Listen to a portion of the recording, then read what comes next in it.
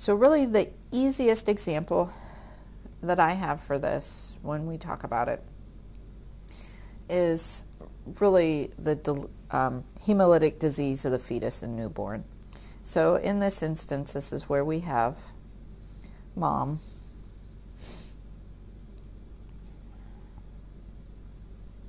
So there's mom.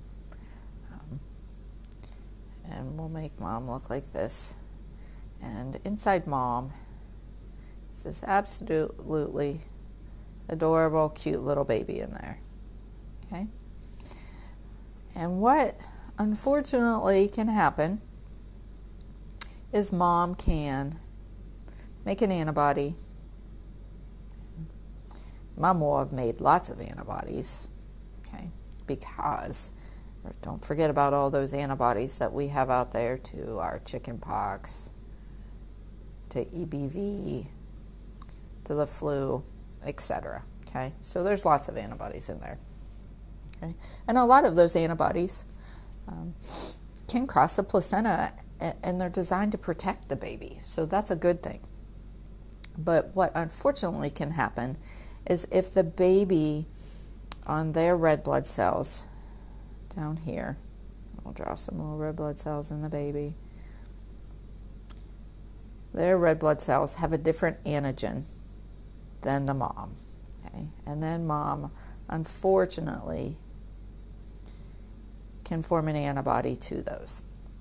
And if mom has an antibody, okay, to that antigen specific on the baby, that antibody can cross the placenta and attach to these red blood cells.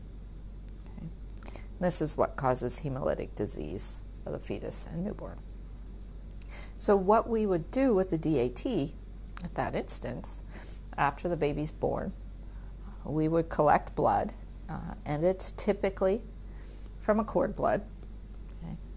That's really easy to obtain after birth. So they send the cord blood down to be tested in the laboratory. I don't know about everyone else, but we frequently get them in pink top tubes, EDTA. Okay. That was just to make them look different than hematology tubes. So we would get a cord blood in there. And so it would be full in there, and a lot of times they usually were not real pretty specimens. Okay. And so we would test it for a DAT to see if mom had any antibodies that had sensitized. And so what we would see, we'll go ahead and I'll erase this real quick, and we'll draw this in here. So if mom had formed antibodies to the baby and they had crossed and sensitized those cells, my circle doesn't want to work real well at the moment. There we go. Okay, so we would find those.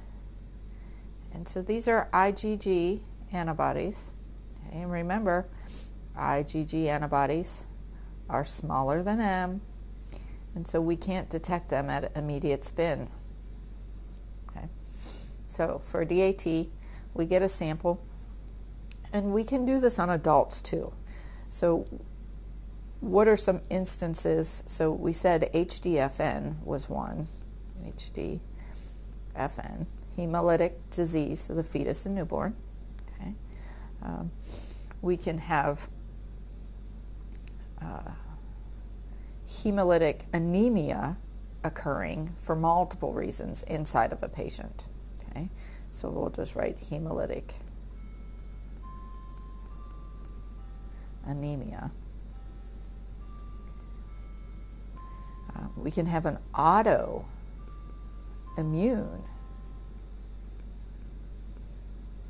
hemolytic anemia occurring. And these can all cause positive DATs. So with just a hemolytic anemia, what's occurring here is you have some sort of antibody attaching to the cells. And it could be, we talked about the KID antibody. That's a delayed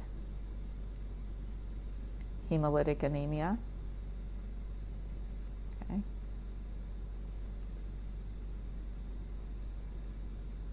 Because that antibody likes to go below detectable limits. Patients transfuse because we don't know they have an antibody, and then that antibody attaches to the red blood cells and undergoes, in that case, it's going to be extravascular hemolysis removed by the spleen, the reticuloendothelial system. Okay? In an autoimmune type, this is where the patient makes some sort of antibody against their self.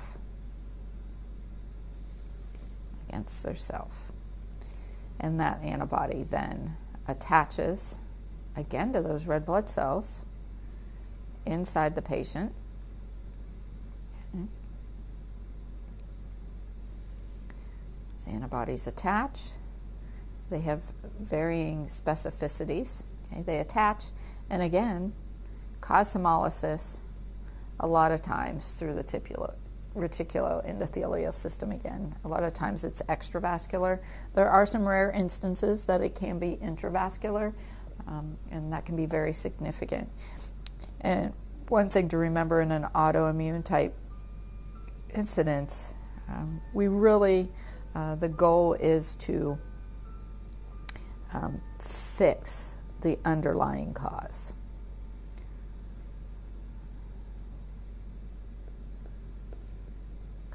Many times, if you transfuse this patient, okay, if you transfuse them, that'll actually exacerbate the situation and cause more hemolysis. In this instance, you're really going to want to communicate and work with your physician and determine the significant need for the patient and if they can wait a little bit and try to fix that. But those are some reasons why we would have positive DAT. Okay, so let's get back to our specimen up here and take a look how we are going to test it.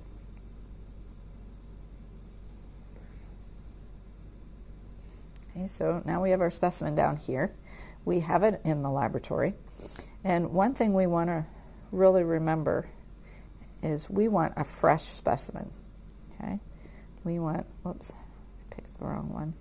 We want a fresh specimen. Okay, we don't want to pick one out of the refrigerator.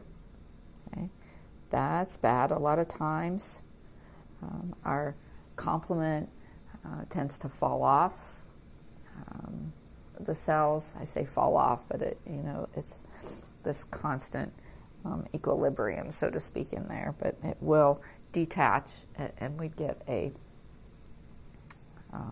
false negative. Another one is we want to do EDTA, okay, specimen for this. The red top clotted tubes, they're prone to some false positives. Okay, so we don't want to use those anymore either.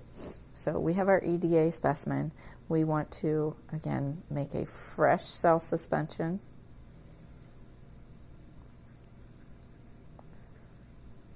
Okay. We don't want to just use the cell suspension that's been sitting there in our rack that we used for the ABO and RH. Again, if there's something on those cells as it's been sitting there in saline, it has a tendency to detach, and we don't want that, whether it's an antibody or the complement. Okay.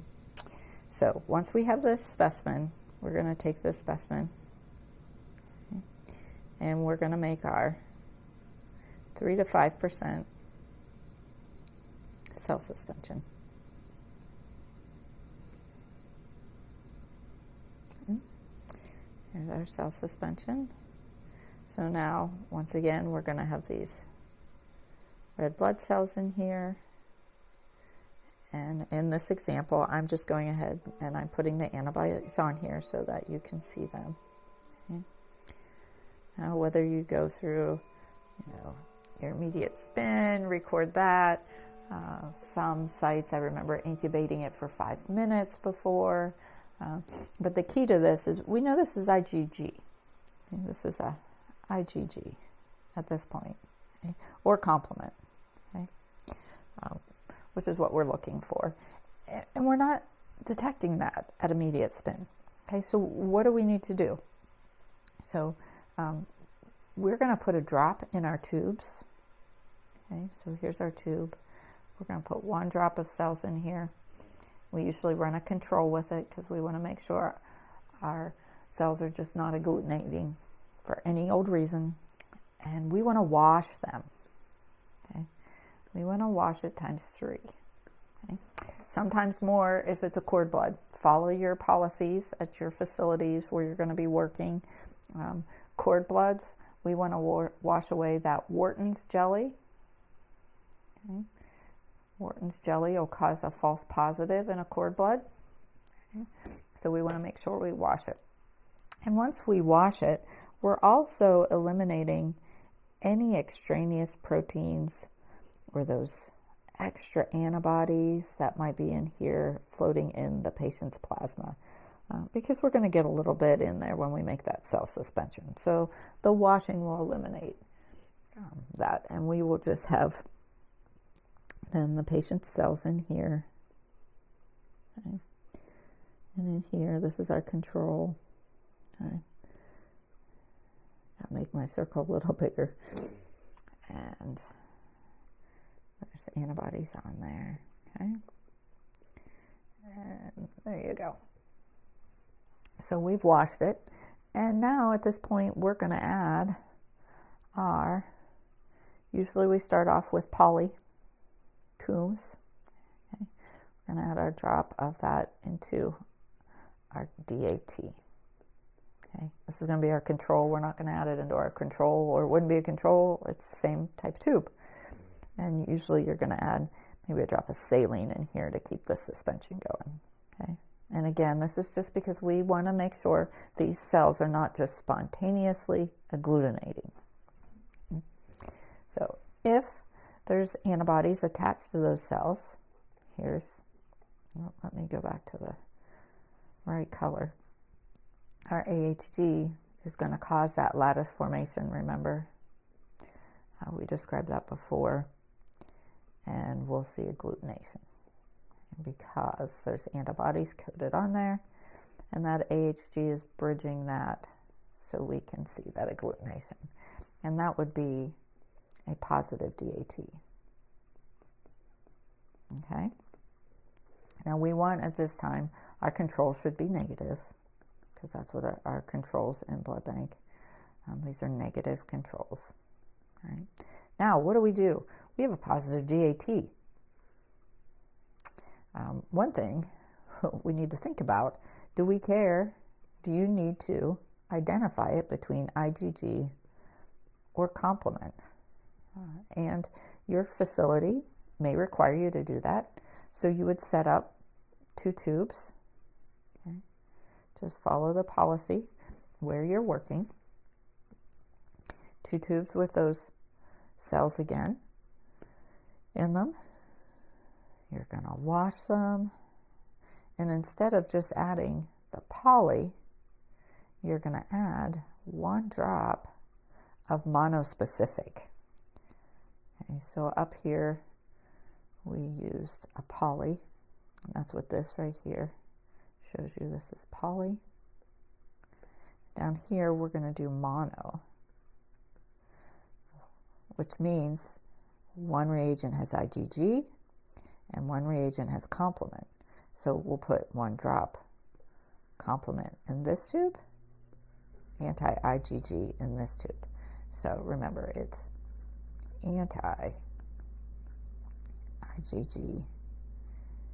and anti-C3D, or complement. I tend to abbreviate it like that. Okay. So now we're going to determine which one of these agglutinate. And so if this one's positive, then it's IgG. On the other hand, If this one's positive, it's complement. And which antibody is the best at binding complement? That's an IgM, so we can conclude it's probably an IgM antibody that's causing the problem at that point in time. Okay? And so that's kind of a quick little review about your DAT. All right, thanks a lot, guys. Hope that helped. Signing off.